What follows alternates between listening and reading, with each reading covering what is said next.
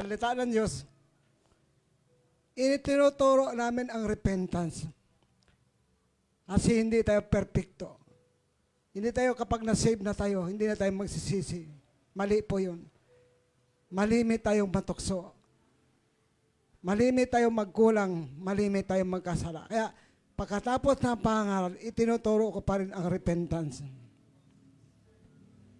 Pagsisisi sa kasalanan.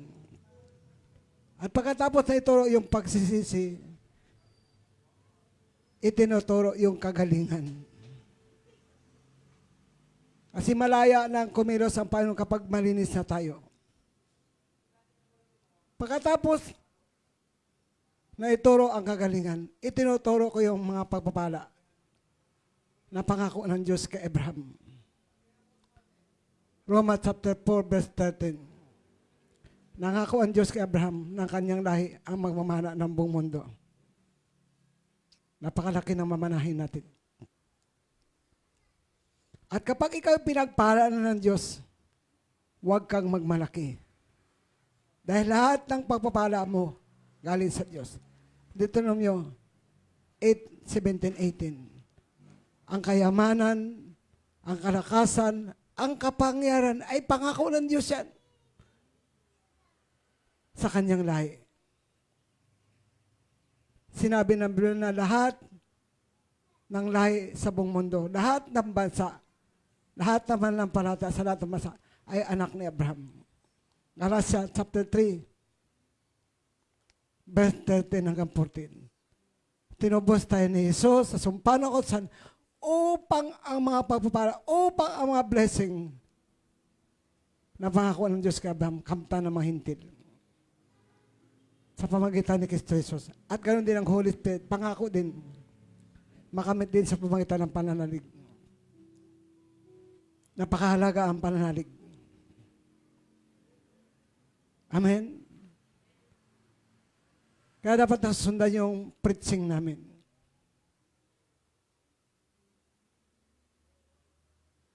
Hindi tayo perfecto.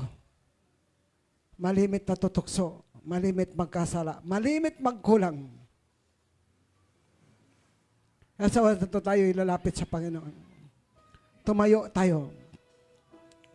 At ano man ang pagkukulang natin, ano man ang mga kasalanan natin, ipagsisi natin. Lalo na yung paulit-ulit na kasalanan. Halimbawa, biktima ka ng pagsisinungaling. Doon ka lagi tatargetin ng demonyo. Gagawa siya ng paraan para lagi kang magsinungaling. Halimbawa, mahalay ka. Doon ka niya lagi atakihin. O ano mang kahinaan natin na alam ng Diablo, doon kanya laging tutoksohin. Kasi kilala niya tayo kasi tayo dati hawak niya. Na wala pa tayo kay Kristo, tayo dati ay alipin ng kasalanan. At alam na alam ng Diablo ang ating kahinaan.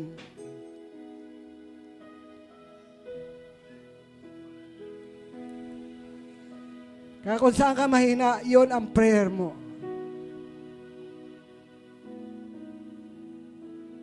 Alam ba tayo ay ang Holy Spirit may siyam na kaloob.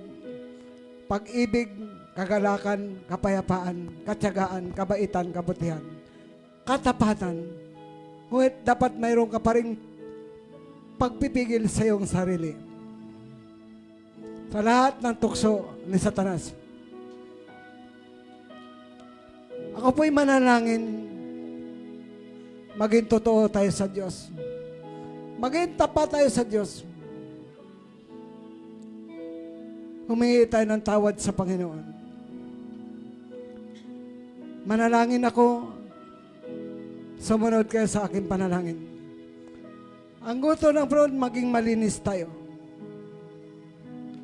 Hindi natin alam kung kailan mabalik ang Panginoon.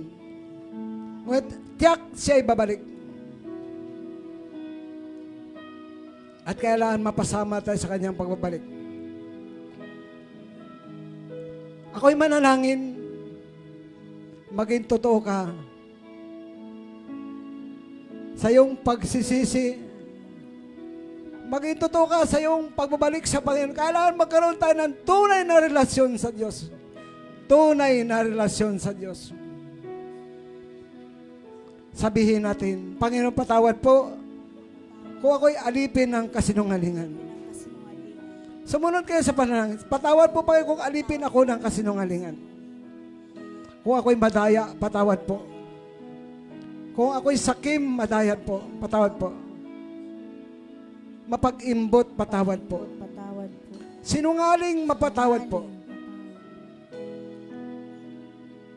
Paging makasarili, patawad po. Sumusuway ako sa utos ng Diyos, patawad po. Alipin ako ng takot, patawad po. Ma-pride ako, patawad po. Mapagmataas ako, patawad po. Rebellion, lumalaban ako sa Diyos, patawad po, Panginoon. Mahalay ako, patawad, Panginoon. Sa lahat ng aking maruming buhay, humingi ako ng tawad sa iyo. Linisin mo ako ng banal mong dugo na tumagas sa krus ng Kalbaryo. Ang aking mata, ang aking isip, ang aking puso, ang aking kamay. Kasi ang isip po napasunod dito ang kamay natin. Ang isip napasunod yung ating paa. Saan man magpunta. Saan man iisipin mo, napasunod ng isip ang lahat ng bagay. Sabi mo, patawad, Panginoon. Ikaw ang nanonood sa YouTube, sa Facebook, sa internet, sa Reels. Humingi ka ng tawad sa Diyos. Kasi minsan ang kasalanan, ito din ang naging daan ng karamdaman ng tao, sakit ng tao.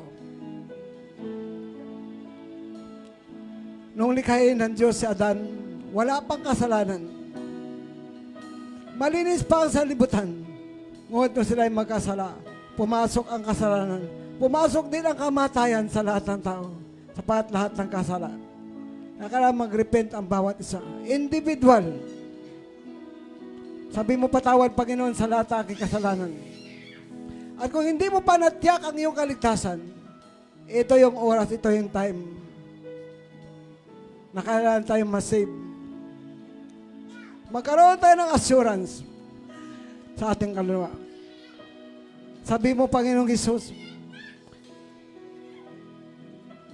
binubuksan ko ang puso ko para sa iyo. Tinatanggap kita bilang aking Panginoon, bilang aking tagapagligtas, bilang Diyos ng buhay ko. At silihan mo ng dugo mo ang aking kaluluwa, ang aking kaligtasan.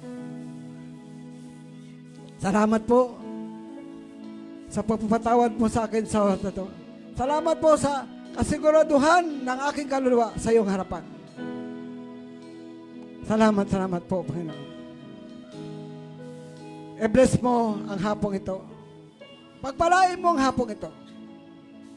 Para sa akin at sa aking pamilya. Tayo po'y awit sa Panginoon. Maging totoo ka sa Diyos. Maging tapat ka sa Diyos.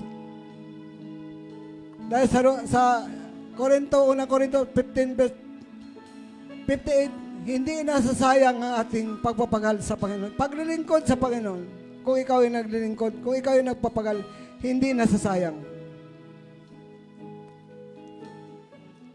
Kaya maging tapat tayo at maglingkod tayo sa ating Diyos na buhay. Kung tayo totoong nagsisi, malaya ng kumilos ang Holy Spirit sa ating kalagitnaan. Malaya ng kumilos ang pagpapala sa ating buhay. Salamat, Panginoon. O Jesus, Tayong lahat ay umawit sa Panginoon. lamang ang buhay ko.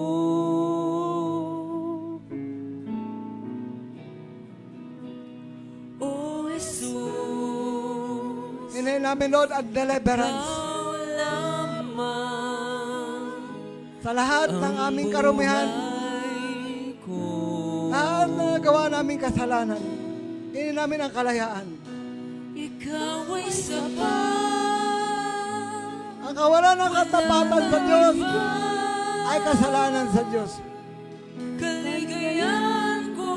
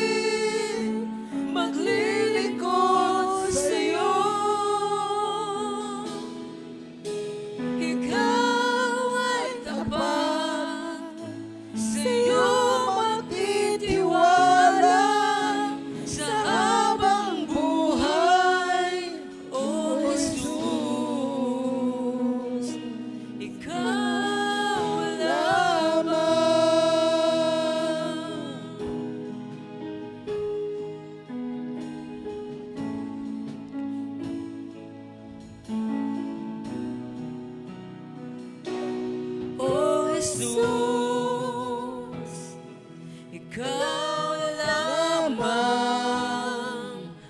ang buhay ko.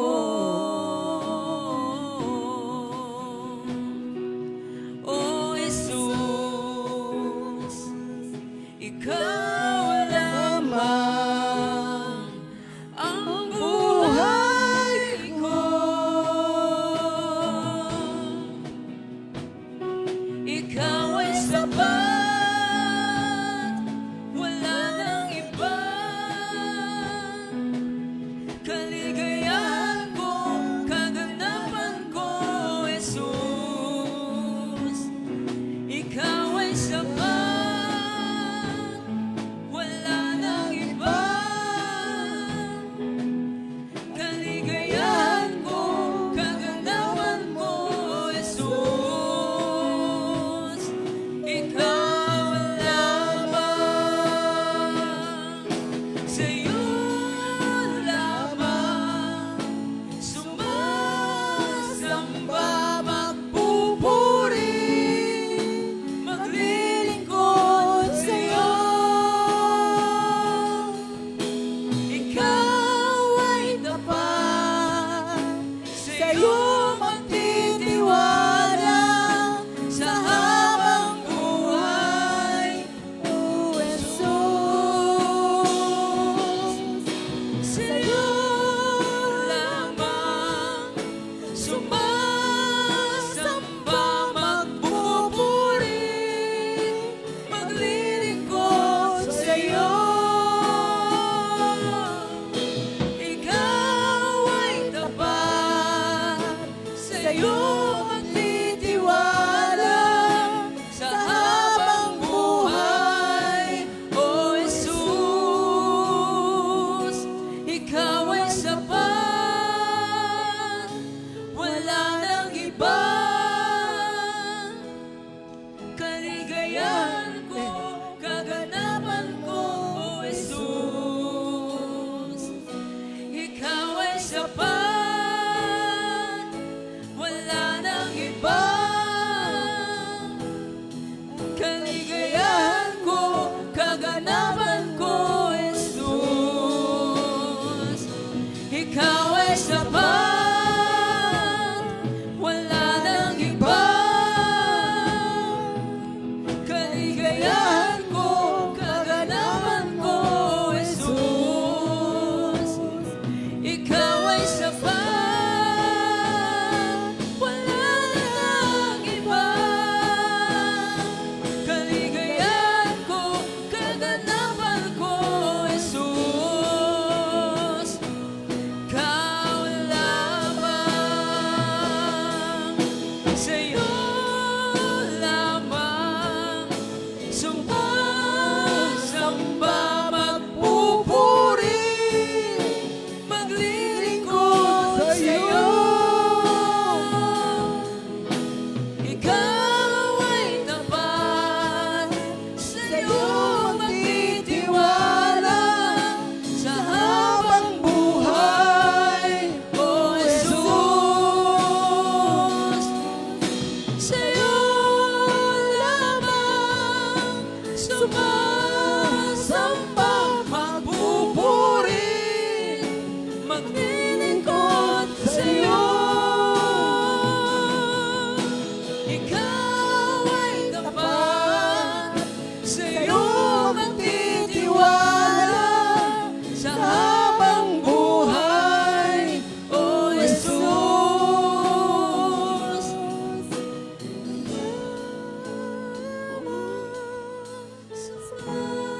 Sumasamba, magpupuri, maglilingkod sa'yo. Yes, Lord. Ang panalangin natin sa Diyos na tayong lahat magkaroon ng compassion sa mga makasalanan. Compassion sa mga sakit. Compassion sa mga ginapos ng demonyo. Ang prayer natin, magkaroon ng healing, ng deliverance. Sa YouTube, sa Facebook, sa internet, sa reel. Lahat ng tagapanood, tagapakinig natin Ikaw ay tapat. ay makaranas ng kagalingan. Sa'yo magtitiwala. Manalangin ako para sa may mga karamdaman. O Jesus. Ito yung aking compassion.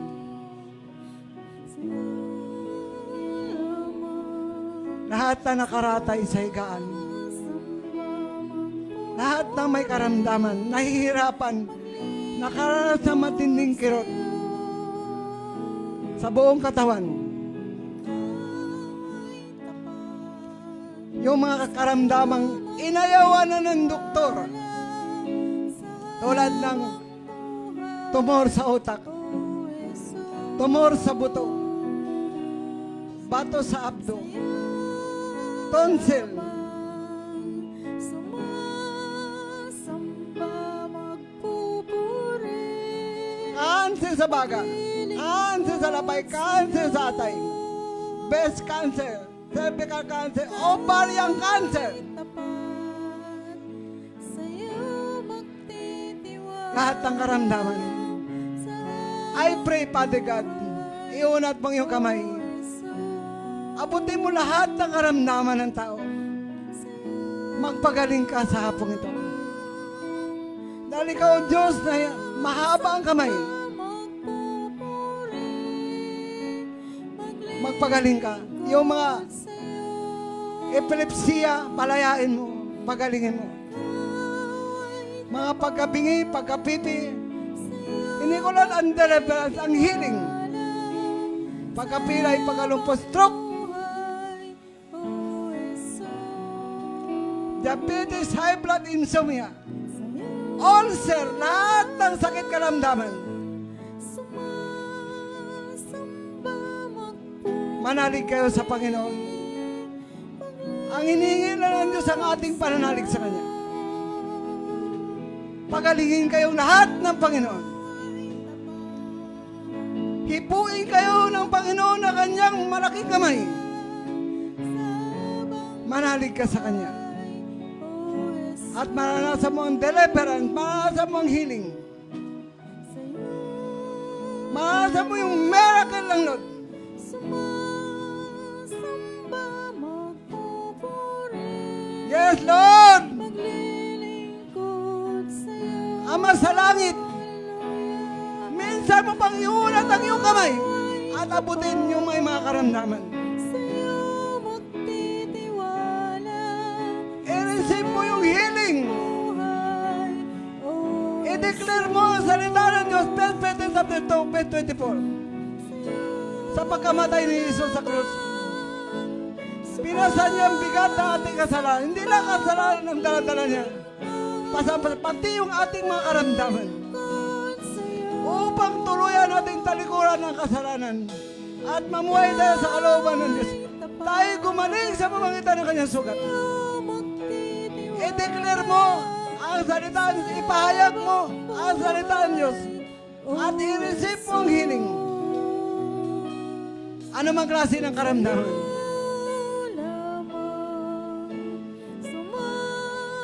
I-receive mo yung healing. I-receive mo yung deliverance. I-receive mo yung miracle ng Lord sa buhay mo. Bawat nanood, bawat nakikinig, alam ng Diyos ang puso mo. Kilala tayo ng Panginoon. Kayang-kaya kang pagalingin ng Panginoon. Magayong pamilya natin, ilapit natin sa Panginoon. Kayang-kayang pagalingin ng Lord ang may karamdaman. Gagamitin ng Lord ang iyong pananampalataya para maabot ang iyong pamilya. Yes, Lord! Gamitin mo ang iyong pananampalataya para maabot ang pamilya mo. Lahat ng tao, lahat ng nanonood, nakikinig, kaya kang pagalingin ng Panginoon. Kung may pananalig ka sa Panginoon. Yes, Lord. Purihin ka, Diyos. Magpasalamat ka sa Panginoon. Sabi mo, thank you, Jesus, sa kagalingan. Magpasalamat ka sa Panginoon. Sa naranasan mong kagalingan, himala, kalayaan. sa'yo magtitiwala. Sabi sa Deuteronomio Habang buhay, 8:17-18, O Jesus. pangako ng Diyos ang kayamanan. Pangako ng Diyos ang lakas, kapangyarihan. Galatians chapter 3, verse 13-14. Nangako ang Diyos kay Abraham na makamit na mahindir ang pagpapala, ang mga blessing, at ang Holy Spirit na ipangako niya. Makamit sa pamagitan ng pananalig. I-receive natin yung mga blessings ng Lord. I-declare natin ang mga salita ng Diyos. Ipahayag ang kanyang salita. At i-claim natin yung mga pagpapala ng Diyos. I-receive natin yung mga pagpapala ng Diyos sa ating pamilya na dumating sa atin ang kanyang pagpapala sa ating buong sambayan.